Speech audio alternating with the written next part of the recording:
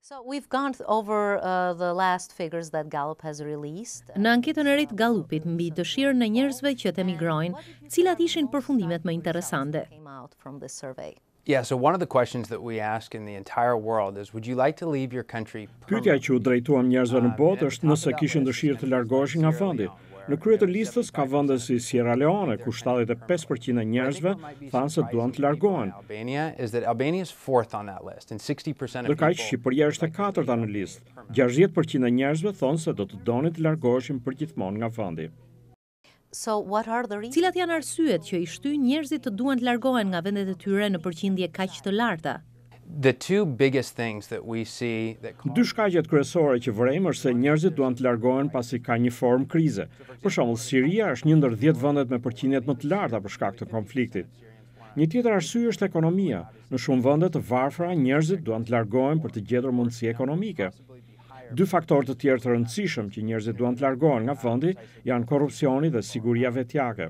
If we go back to the Balkans and Europe in general, but Balkans seem to be the most problematic region, is that... Të ndalemi tek Ballkani, rajoni më problematik në Evropë në anketën tuaj. Në rajon nuk ka pasur konflikte prej dekadash. Në një vend si Shqipëria, ekonomia ka vazhduar të rritet gjatë viteve. Si shpjegohet kjo dëshirë kaq e madhe për t'u larguar? when we look at things like GDP per capita, for example, you take a country like Albania. Kur shohim prodhimin e përgjithshëm për frymë në një vend si Shqipëria, apo nëse shohim fuqinë plerëse të qytetarit në Shqipëri, ky vend renditet i 100-ti në botë.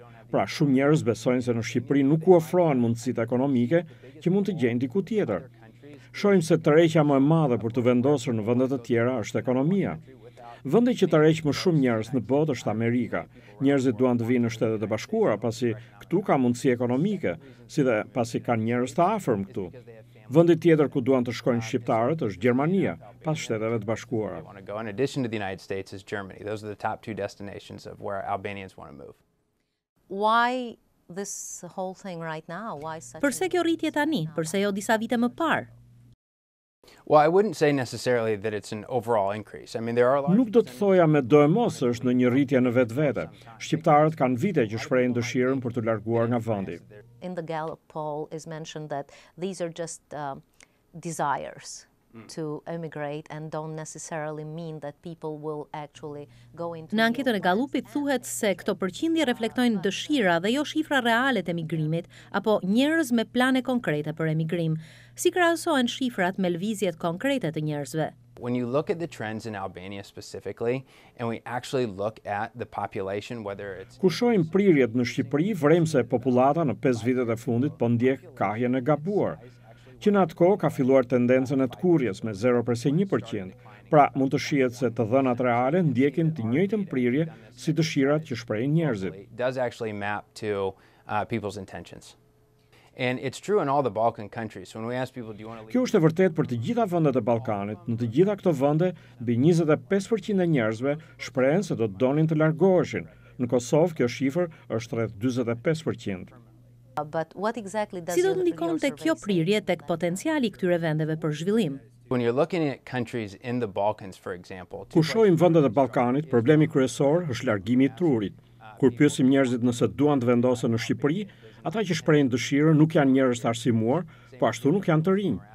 Kur të rinjtë arsimuar të një vendi duan të largohen dhe njerëzit që duan të vinë në këtë vend nuk janë të arsimuar, atëherë vendi përballet me rrjedhje të trurit, që duhet të përbëjë shqetësim serioz për udhëheqësit.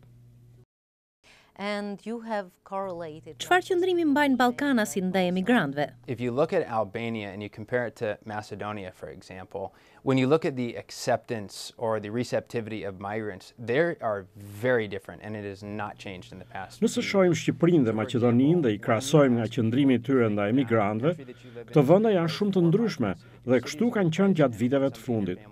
Kur i pyesim njerëzit, a mendoni se qyteti apo komuniteti juaj është vend i mirë për emigrantët? A do të pranoni që imigrantët të vendosen në vendin tuaj? A do të konsideroni të pranueshme që një i afërm i juaj të martohej me një emigrant? Maqedonia është e fundit në listën e 150 vendeve, kurse në Shqipëri gjejmë një nga kulturat më të hapura. Shqipëria renditet e 15-ta në botë. Në Maqedoni vetëm 10% e pjesëmarrësve e quajnë të pranueshme që imigrantët të vendosen në vendin e tyre. Në Shqipëri, 75% e pjesëmarrësve në anketë shprehen pozitivisht. Pra dy vende që janë kaq pranë gjeografikisht, por që janë dy botë krejt të ndryshme. Also say 75% say yes, I think that's a good thing.